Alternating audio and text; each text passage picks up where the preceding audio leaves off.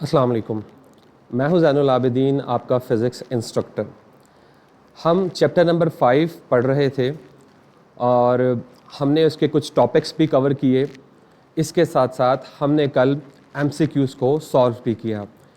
आज हम इसी चैप्टर के कंसेप्चुअल शॉर्ट क्वेश्चंस को समझेंगे और देखेंगे कि इनमें क्या कुछ है। आइए चलते हैं। तो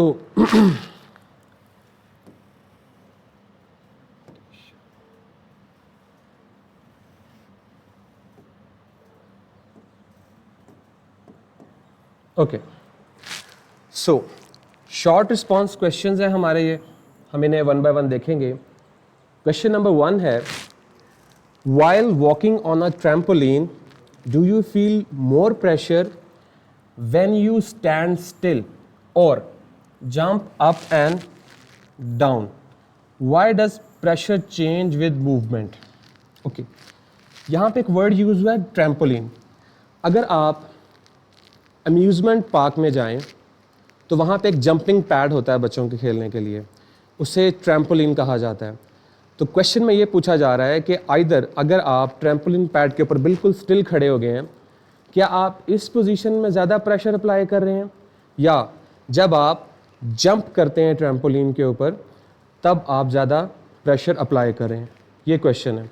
और दूसरा इसका पार्ट ये है कि आइदर जो प्रेशर है वो चेंज होता है आपकी मूवमेंट से। चलें आए हम इसको समझते हैं। क्वेश्चन नंबर 1 का आंसर है हमारे पास। उससे पहले आपको यह समझना होगा कि प्रेशर किन फैक्टर्स पर डिपेंड करता है। तो हमें पता है कि प्रेशर जो है वो बराबर होता है फोर्स पर यूनिट एरिया। तो इसका मतलब है कि जो प्रेशर है वो फोर्स पे भी डिपेंड कर रहा है और एरिया पे भी डिपेंड कर रहा है। तो देखें, हमें दो पोजीशंस का कहा गया है, एक स्टैंड स्टिल और एक जंप। दोनों ही सूरतों में हमारे जो फीट हैं वो ट्रैम्पोलिन को टच करेंगे, तो इसका मतलब है एरिया तो चेंज नहीं हो रहा। नाउ अगर एरिया चेंज नहीं हो रहा, ये वाला फैक्टर चेंज नहीं हो रहा, तो प्रेशर का ताल्लुक जो है बेटा वो फोर्स के साथ है। तो जब आप बिल्कुल स्टैंड स्टिल खड़े होते हैं तब आपका सिर्फ और सिर्फ वेट एक्ट कर रहा होता है ट्रैम्पोलिन के ऊपर, लेकिन जब आप जंप करते हैं तो आप weight plus acceleration due to gravity के साथ उसके ऊपर जंप करते हैं। तो जंप करने के केस में आप ट्रैम्पोलिन के ऊपर ज़्यादा प्रेशर जो है वो अप्लाई करते हैं as compare to standing still. आइए अब इसका आंसर हम नोट कर लेते हैं। Okay, you will feel more pressure while jumping up and down as compared to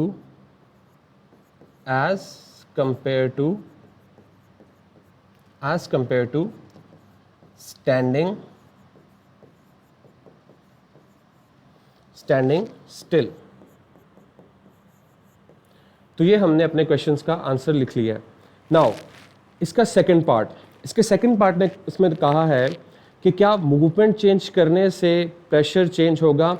definitely pressure जो है वो चेंज होगा, क्योंकि बच्चे कभी फुल जंप करते हैं, कभी नीज के साथ जंप करते हैं, कभी समर सॉल्ट करते हैं उसके ऊपर। डेफिनेटली जैसे जैसे आपका एरिया जो है ट्रैम्पोलिन के कांटेक्ट के साथ चेंज होता जाएगा तो प्रेशर जो है वो भी क्या होता जाएगा? चेंज होता जाएगा। तो नेक्स्ट आप लिख सकते हैं कि यस, प्रेशर changes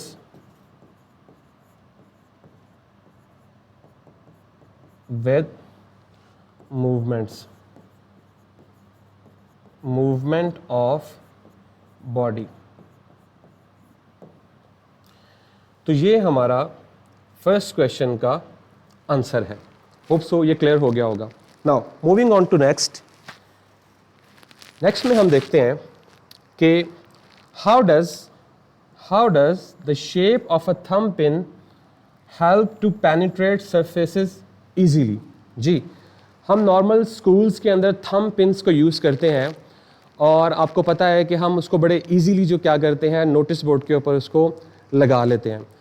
तो पूछना वो ये चाह रहा है कि कैसे एक थंब पिन जो है वो इजीली सरफेस के अंदर पेनिट्रेट कर जाती है। तो हम इस क्वेश्चन नंबर 2 का आंसर लिख लेते हैं। Okay, so question number 2 answer. Okay, so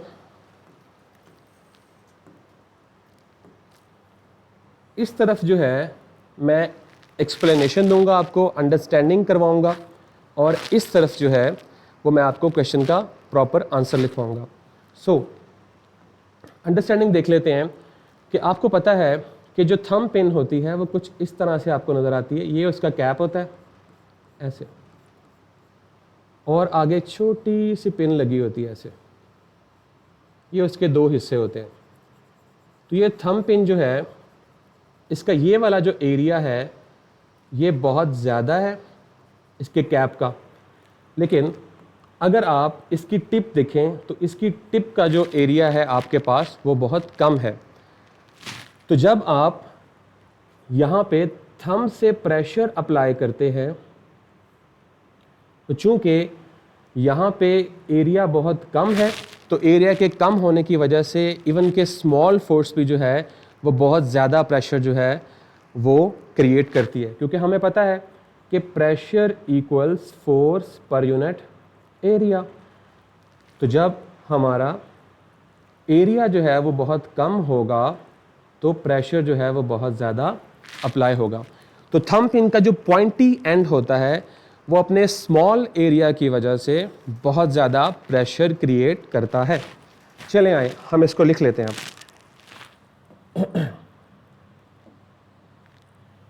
okay, sharp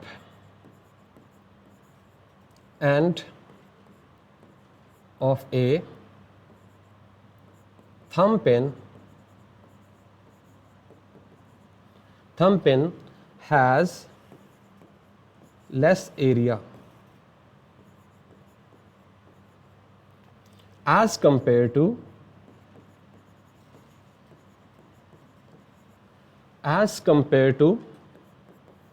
cap. So when we push the cap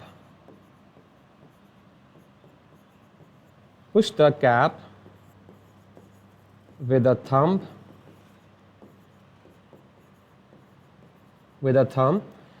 it exerts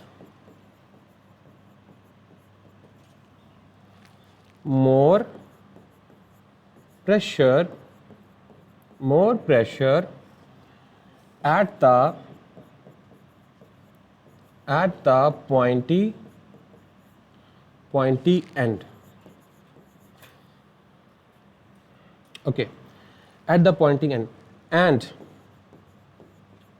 and it penetrates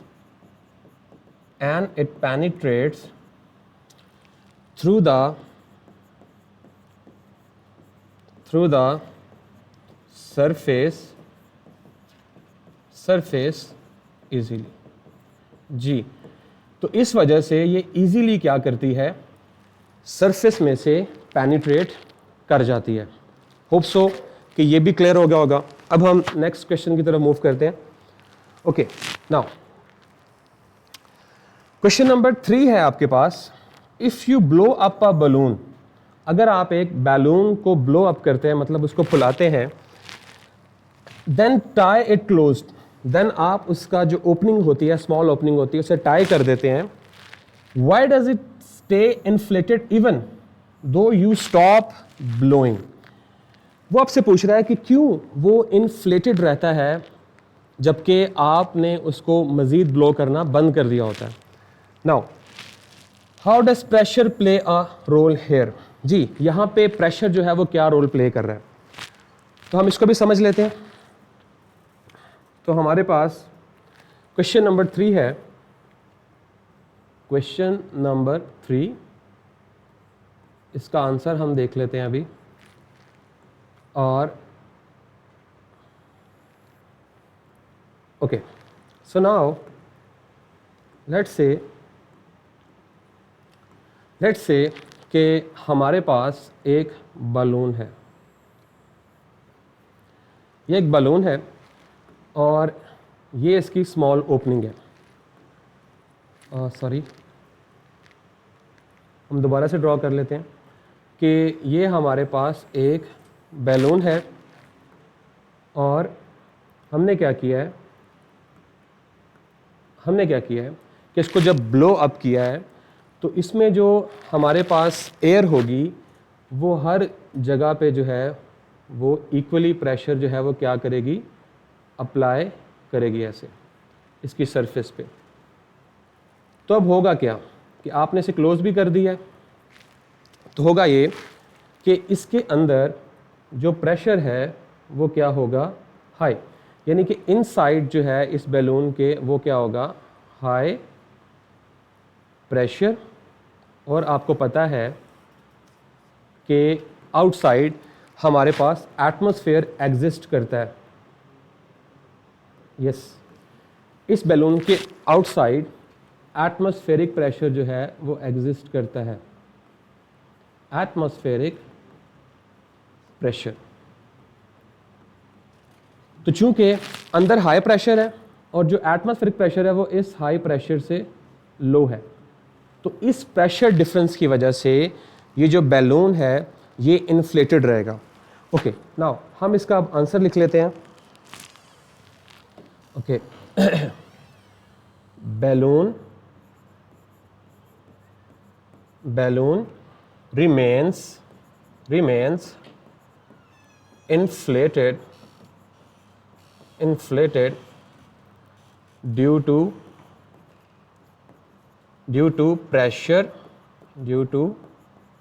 pressure difference। Okay, तो प्रेशर डिफरेंस की वजह से हमारा जो बैलून है वो क्या रहेगा, वो इन्फ्लेटेड रहेगा। सो हम इसको मज़ीद लिख लेते हैं। inside the balloon, inside the balloon, pressure is high,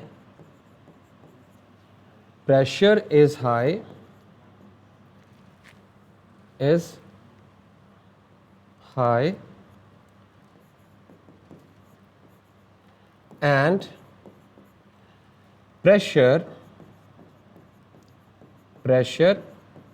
outside is low। तो ये हमने अपना पूरा क्वेश्चन जो है वो आर्टिकुलेट कर लिया है। अब हम नेक्स्ट क्वेश्चन की तरफ क्या करेंगे, मूव ऑन करेंगे। Okay, Why an inner airtight layer of spacesuit is designed to maintain a constant pressure around the astronaut? जी, आपको पता है कि जब एस्ट्रोनॉट्स जो हैं वो स्पेस में जाते हैं तो वो एक स्पेशल किस्म का सूट पहनते हैं और वो कह रहा है कि उस सूट के अंदर एक थिन लेयर ऑफ एयर जो है वो मौजूद होती है। तो इसकी क्या रीज़न है? इसकी रीज़न ये है, तो ये हमारे पास है क्वेश्चन नंबर 4। क्वेश्चन नंबर 4 है और इस क्वेश्चन नंबर 4 का हम अभी आंसर लिखेंगे।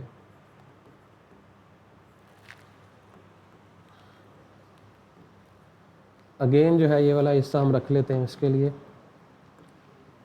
ओके जी, तो आपको पता है कि स्पेस में there is no air in space। जी, स्पेस में किसी किस्म की हवा मौजूद नहीं है। अब स्पेस में जब हवा मौजूद नहीं है तो ज़मीन पे जो हमारी बॉडी है इसकी जो एक स्पेसिफिक शेप बनी हुई है ये बेसिकली कि हमारी बॉडी के ऊपर हर तरफ से इक्वली जो है वो एटमॉस्फेरिक प्रेशर एक्ट कर रहा है। यही वजह है कि आप जब सांस लेते हैं तो आपको सोचना नहीं पड़ता या आपको ज़ोर लगाना नहीं पड़ता। अगर आप हेल्दी हैं आप ऑटोमेटिकली सांस लेते हैं, क्योंकि जब आप सांस इनहेल करते हैं एयर तो आपके लंग्स इन्फ्लेट करते हैं, बाहर से प्रेशर लगता है और इसकी वजह से क्या करते हैं, एक्सहेल करते हैं। तो वो जो एयर टाइट सूट है वो एक्चुअली क्या प्रोवाइड करता है, उसको एक प्रेशर प्रोवाइड करता है जिसकी वजह से वो वहाँ पे सरवाइव कर सकता है। तो हम इसका आंसर आर्टिकुलेट कर लेते हैं। Air tight suit,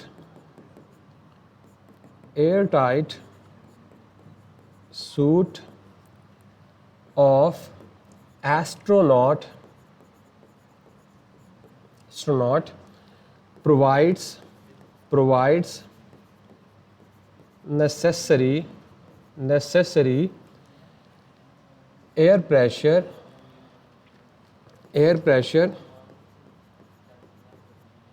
for his survival।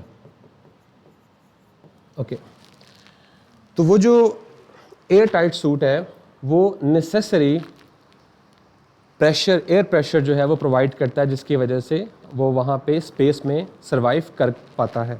Okay, now question number 5 है। क्वेश्चन नंबर 5 की तरफ मूव करते हैं जी। अब ये ज़रा सॉल्व करने वाला क्वेश्चन है। क्वेश्चन नंबर 5 में कहता है इफ़ अ लिक्विड, हमारे पास एक लिक्विड है और उसकी जो डेंसिटी है मतलब रो इस ट्वाइस, वो क्या है, ट्वाइस है यानी 2 टाइम्स है किसके, डेंसिटी ऑफ मरकरी, मतलब डेंसिटी ऑफ मरकरी के 2 गुना है। What will be the height of liquid in barometer. हमने बैरोमीटर को पढ़ा हुआ है कि एटमॉस्फेरिक प्रेशर को फाइंड आउट करने के लिए, कैलकुलेट करने के लिए हम एक डिवाइस यूज़ करते हैं और उस डिवाइस को हम बैरोमीटर कहते हैं। तो उसमें कौन सा लिक्विड यूज़ किया जाए इस पर बड़ी बहस होती है। तो वो यही कह रहा है कि अगर आप मरकरी की जगह जो कि हम यूज़ करते हैं उसकी जगह अगर आप एक ऐसा लिक्विड यूज़ करते हैं जिसकी डेंसिटी ट्वाइस है, तो जो लिक्विड में जो हमारे पास लिक्विड कॉलम था वहाँ पे उसकी हाइट कितनी होगी, इसको हम फाइंड करते हैं। ओके, सो ये हमारे पास क्वेश्चन नंबर, ये हमारे पास क्वेश्चन नंबर 5 है। क्वेश्चन नंबर 5 और हम इसका आंसर देखेंगे अभी। तो ये कैलकुलेशन वाला है, इसमें अलहदा से अंडरस्टैंडिंग शो करवाने की ज़रूरत नहीं है। तो कंडीशन उसने हमें क्या दी है, कंडीशन उसने हमें ये दी है कि density of liquid is actually twice of density of mercury. M stands for mercury and L stands for liquid। Okay, so हम अलहदा जो है वो कैलकुलेट कर लेते हैं। देखें, हमें पता है कि प्रेशर का फॉर्मूला क्या है, रो जी एच। तो मरकरी और लिक्विड के लिए हम अलहदा कैलकुलेट कर लेते हैं। फर्स्ट कि आप प्रेशर फाइंड करते हैं किसके लिए, लिक्विड के लिए, या मरकरी के लिए कर लें पहले, ज़्यादा आसान होगा, समझना आसान होगा। ओके, तो आप पहले मरकरी के लिए कर लें और प्रेशर बराबर होता है रो जी एच। और आपको पता है कि हमें सब्स्टिट्यूट लगानी पड़ेगी density of mercury and height of mercury column. तो हमसे तो इसने क्वेश्चन किया है हाइट का, तो हम क्या करेंगे, मैं इसको रीअरेंज कर लेता हूँ यहाँ पे कि प्रेशर इक्वल्स रो एम जी एच एम। तो मैं क्या करूँगा कि मैं इस एच एम यानी हाइट ऑफ मरकरी कॉलम को एक साइड पे रखूँगा, बाकी सारी क्वांटिटीज़ को एक साइड पे ले आऊँगा। तो ये बन जाएगा आपके पास प्रेशर ओवर ये रो एम और जी, ये इसके नीचे आ जाएंगे ऐसे, और इस तरफ मेरे पास क्या बच गया है, H M. Okay, so now मैं इसको रीअरेंज कर सकता हूँ ऐसे, H M equals P over rho M g. So now तो ये मेरे पास आ गई height of mercury column. Fine. इसी तरह से हम लिक्विड के लिए भी फाइंड आउट कर सकते हैं। ज़रा यहाँ देखें, ये देखें, फॉर, ये था फॉर मरकरी, ये इसको नोट कर लें, बेसिक लिख लें ऊपर, for mercury. Okay, now this one is for liquid. तो हमें पता है प्रेशर बराबर होता है रो जी एच, लेकिन अब यहाँ पे लिक्विड की बात हो रही है तो हम सबस्क्रिप्ट में एल यूज़ करेंगे लिक्विड के लिए।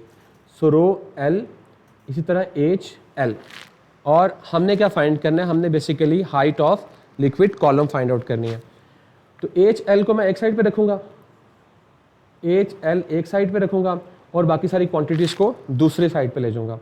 तो ये बन जाएगा आपके पास P ओवर रो L over G। Yes, now अब आप हमारी कंडीशन की तरफ चलें। हमने कंडीशन क्या लगाई हुई है, यहाँ देखें ज़रा। हमने कहा है कि density of liquid is actually twice of density of mercury. तो आप रो एल की जगह पे 2 रो एम जो है वो क्या कर सकते हैं, पुट कर सकते हैं। तो अगर आप इस रो एल की जगह पे 2 रो एम पुट करें जी, तो ये बन जाएगा आपके पास H L equals P over 2 rho M and g. Fine, okay. अगर आप थोड़ा सा गौर करें तो आप ये समझ सकते हैं कि ये वाली जो क्वांटिटी है P ओवर रो एम जी, ये कहीं और आपको नज़र आ रही है? यस, नज़र आ रही है। ये देखें, P ओवर रो एम जी, ये क्वांटिटी और ये क्वांटिटी जो मैंने सर्कल की है ये सेम है, ये सेम है। तो आप इस क्वांटिटी को एच एम के साथ क्या कर सकते हैं, रिप्लेस कर सकते हैं। तो अगर आप इसको रिप्लेस करें तो ये क्या बनेगा, ये बनेगा बेटा H L equals P over rho M g की जगह पे क्या आएगा, एच एम। तो ये आ गया आपके पास एच एम और नीचे क्या आ गया आपके पास 2। अगर आप गौर करें तो height of liquid column, height of liquid column, यानी कि अगर आप थोड़ा सा गौर करें तो height of liquid column is half as compared to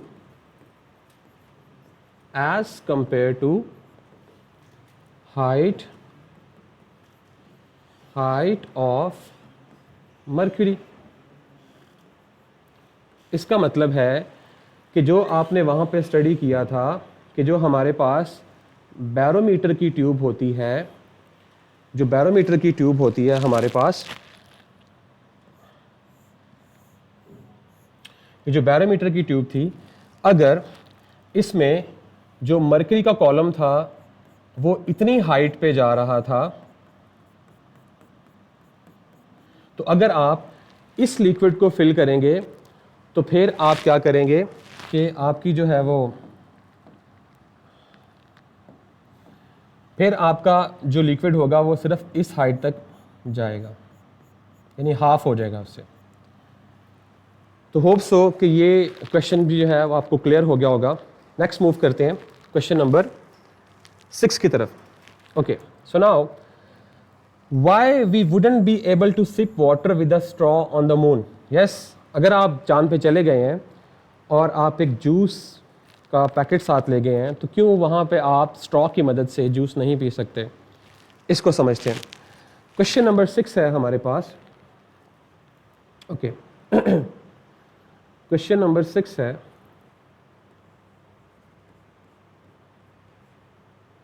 question number 6 का आंसर है, हम इसको डिस्कस करते हैं अभी। और अंडरस्टैंडिंग के लिए हम एक अलग से बना लेते हैं। ओके, सो प्रॉब्लम ये है कि नो एयर ऑन मून, चांद पर किसी किस्म की हवा मौजूद नहीं है। एयर अगर मौजूद नहीं है तो इसका मतलब है कि नो एटमॉस्फेयर, यस, तो वहाँ पे किसी किस्म का भी एटमॉस्फेयर मौजूद नहीं है। तो लेट्स से कि हम क्या करते हैं, हम देख लेते हैं कि लेट्स से आपके पास ये ग्लास है,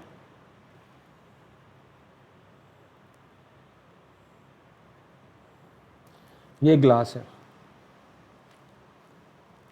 ओके।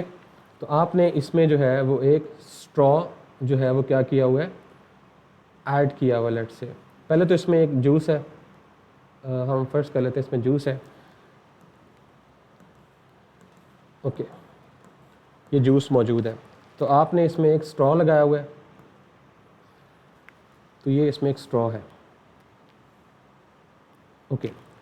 तो जब आप सिप करेंगे जूस को तो इस स्ट्रॉ में जो है वो क्या होगा, एयर प्रेशर लो होगा, एयर प्रेशर लो होगा। अब जब इस स्ट्रॉ में एयर प्रेशर लो होगा तो एटमॉस्फेरिक प्रेशर यानी कि जो एटमॉस्फेयर बाहर है वो क्या करेगा, इस लिक्विड के ऊपर प्रेशर अप्लाई करेगा ऐसे। जब इस लिक्विड पे प्रेशर अप्लाई करेगा तो ये लिक्विड ऑटोमेटिकली क्या करेगा, इस स्ट्रॉ के थ्रू क्या करेगा, ऊपर की तरफ मूव करना स्टार्ट कर देगा। लेकिन प्रॉब्लम ये है कि चांद के ऊपर या मून के ऊपर एटमॉस्फेयर मौजूद नहीं है, तो इस वजह से वहाँ पे आप जूस नहीं पी सकते। तो हम इसको लिख सकते हैं,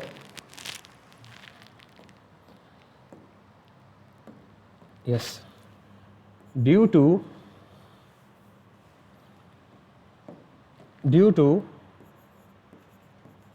lack of atmospheric pressure on moon, we cannot sip juice on moon। ये सिंपल सा इसका एक आंसर था। नाउ अब हम मूव करते हैं नेक्स्ट क्वेश्चन की तरफ, क्वेश्चन नंबर 7।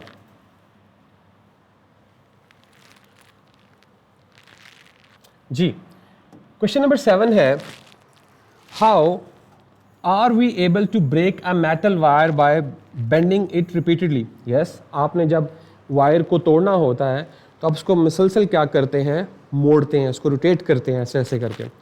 तो इससे होता क्या है हम देख लेते हैं। अभी क्वेश्चन नंबर 7 है, क्वेश्चन नंबर 7 है बच्चों, क्वेश्चन नंबर 7 का आंसर हम देखते हैं और साथ सेपरेशन के लिए हम एक लाइन ड्रॉ कर लेते हैं अंडरस्टैंडिंग के लिए, ओके। सो नाउ देखें, लेट्स से कि जब आप वायर को मोड़ते हैं तो कुछ इस तरह से हो जाती है वायर।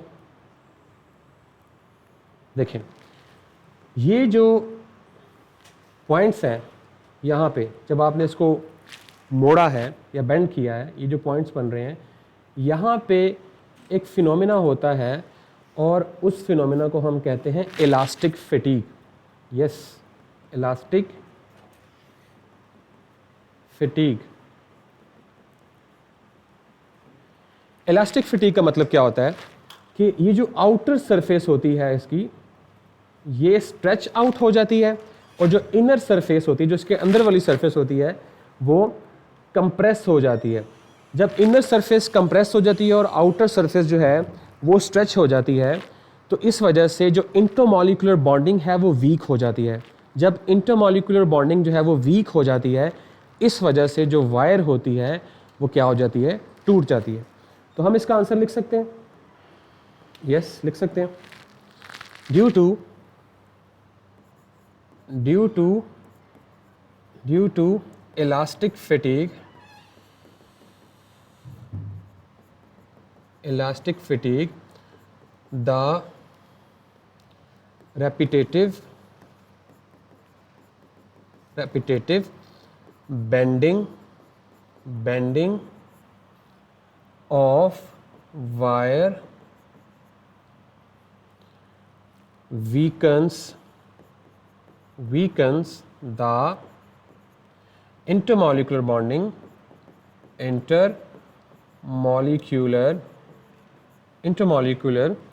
bonding and eventually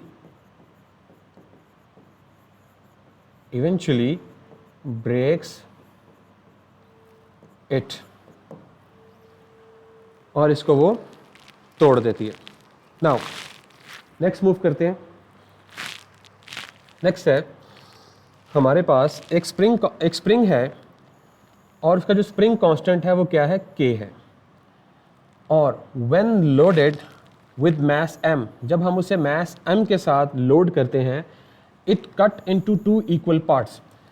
वो क्या करता है कि उसको हमने जिसको हमने हैंग किया है स्प्रिंग को मास के साथ, तो वो जब हम स्प्रिंग को तोड़ेंगे तो फिर हमने उन दोनों में से एक पेयर को हमने क्या किया है, हैंग किया है। तो वो कह रहा है कि now what will be its spring constant now. जी, तो हम इसको समझ लेते हैं कि स्प्रिंग कांस्टेंट की वैल्यू क्या होगी। जी, तो ये हमारा है क्वेश्चन नंबर 8, और अब हम इसका लिखेंगे आंसर। जी, डायग्राम्स के लिए हम थोड़ा सा सेपरेट चले जाते हैं यहाँ पे। जी, तो लेट्स से कि हमारे पास एक स्प्रिंग है। ओके, हमारे पास एक स्प्रिंग है जिसको हमने हैंग किया हुआ है। ये देखें, एक स्प्रिंग है, उसको हमने क्या किया है, हैंग किया है, उसके साथ एक मैस।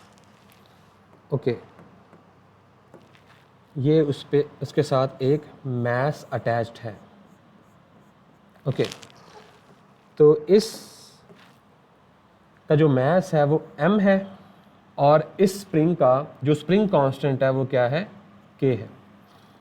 वो आपसे ये कहता है कि आपने अब क्या किया है, आपने इस स्प्रिंग के 2 हिस्से कर दिए हैं, और लेट्स से कि ये उसकी जो है वो इक्विलिब्रियम पोजीशन थी। यहाँ से लेके यहाँ तक का जो फासला है ये उसकी डिस्प्लेसमेंट थी, और डिस्प्लेसमेंट कितनी है, x। ओके, अब आपने क्या किया है, आपने इस स्प्रिंग के किए 2 हिस्से, और अब आपने उन दोनों हिस्सों में से एक हिस्सा लिया है और उसे क्या किया है, हैंग कर दिया। ये देखें। ओके, अब आपने क्या किया है, उसे हैंग कर दिया उसी सेम मैस m के साथ। ओके, और उसी सेम मैस m के साथ आपने हैंग कर दिया। इसकी जो इक्विलिब्रियम पोजीशन होगी वो ये है, लेट्स से, और इसने जो डिस्प्लेसमेंट कवर की है, डेफिनेटली जब आपने इसे हाफ कर दिया है तो इसकी डिस्प्लेसमेंट भी पहले की निस्बत क्या हो जाएगी, हाफ हो जाएगी। जी, तो इसकी जो डिस्प्लेसमेंट है वो है x/2। तो अब वो पूछना ये चाह रहा है कि आप बताएं कि इसका जो स्प्रिंग कांस्टेंट है उसकी वैल्यू क्या होगी। होप सो आपको क्वेश्चन की समझ आ गई होगी। नाउ अब इसे हम सॉल्व करते हैं। हमें पता है कि देखें, हमें पता है कि हुक्स लॉ के through F = kx। F stands for restoring force, K is elastic constant and x is the displacement। तो अगर मैं K की वैल्यू निकालना चाहूं तो K किसके बराबर होगा, x नीचे आ जाएगा, तो F/x। Fine, F/x। ओके, चूंकि यहाँ पे मैस हैंग किया तो मैस का कोई ना कोई वेट होगा, तो हम इस F को रिप्लेस कर सकते हैं ऐसे, K = F की जगह लिख सकता हूँ मैं mg/x। फाइन, तो ये आपके पास आ गई इक्वेशन नंबर 1। ये आ गई इक्वेशन नंबर 1 जो कि आपने इस पहले वाले स्प्रिंग मैस सिस्टम की फाइंड आउट की है। नाउ जब आपने इसको हाफ कर दिया है, अब आपने इसके लिए भी क्या करना है, इस इक्वेशन को फाइंड करना है। ओके, तो नाउ मैं इसको थोड़ा सा मूव करता हूँ, यस। तो इसके लिए हम कलर चेंज कर लेते हैं। ओके, तो आपको पता है कि इसी इक्वेशन को मैं यूज़ कर लेता हूँ, k equals M G over X. लेकिन चूंकि ये जो स्प्रिंग कांस्टेंट है ये दूसरे इसका मैथ स्प्रिंग सिस्टम का है, तो मैं इसको डैश ले लेता हूँ, इसको भी डैश ले लेता हूँ डिफरेंशिएट करने के लिए, ताकि आपको पता चल जाए कि ये एक्स डैश बाई 2 इसकी डिस्प्लेसमेंट है और एक्स जो है वो पुराने वाले स्प्रिंग मैथ सिस्टम की डिस्प्लेसमेंट है, और इसका हमने स्प्रिंग कांस्टेंट फाइंड करना है। ओके, तो के डैश ये डैश। ओके, सो नाउ ये देखें, K dash equals M g. Okay, so X dash क्या है, एक्स बाय 2, यानी कि x बाय 2। ओके, तो अब ये 2 ऊपर चला जाएगा, तो जब ये 2 ऊपर चला जाएगा तो ये बन जाएगा 2mg बाय एक्स। तो अगर आप गौर करें कि ये mg बाय एक्स पहले कहीं देखा आपने, ये देखें, ये देखें mg बाय एक्स किसके इक्वल है, k के। तो हम यहाँ पे पुट कर सकते हैं ऐसे कि k डैश इक्वल्स 2k। तो यहाँ से आपने ये सीखा कि ये हमारी आ गई नेट इक्वेशन। तो यहाँ से आप देख सकते हैं कि जो हमारे पास न्यू स्प्रिंग कांस्टेंट है, that is actually twice of previous spring constant. तो इसका मतलब है कि हमारा जो स्प्रिंग कांस्टेंट है वो पहले से क्या हो गया है, डबल हो गया है, उसकी लेंथ कम करने से डबल हो गया है। तो आज हम यहीं तक करेंगे इंशाल्लाह। कल हम मज़ीद जो हमारे 2 शॉर्ट क्वेश्चंस रहते हैं उनको भी करेंगे और उनके साथ कुछ न्यूमेरिकल्स भी ऐड ऑन करेंगे। This is Zainul Abidin signing off.